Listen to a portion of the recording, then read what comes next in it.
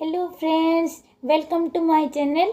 मु प्रियदर्शनी साहू ये recently high school teacher रे टीजीटी पीसीएम भाबे नियुक्ति पाइछि।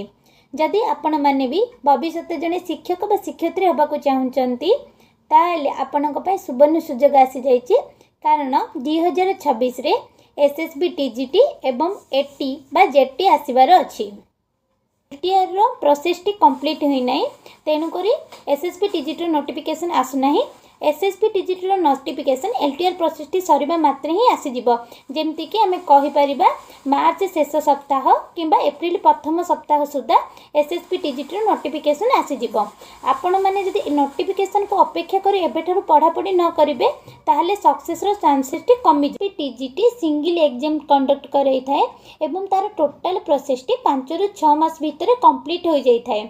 जदि आपण मानकर SSB TGT RST LTR regarding किसी डाउट थाए ताहले मु गोटे डिटेल वीडियो बनई आपण माने सेही वीडियो देखिले बुझी पारिबे एवं नोटिफिकेशन को अपेक्षा न करी आज ठानु ही प्रिपरेशन आरंभ करंतु एवं 2026 को ईयर ऑफ द ईयर करंतु।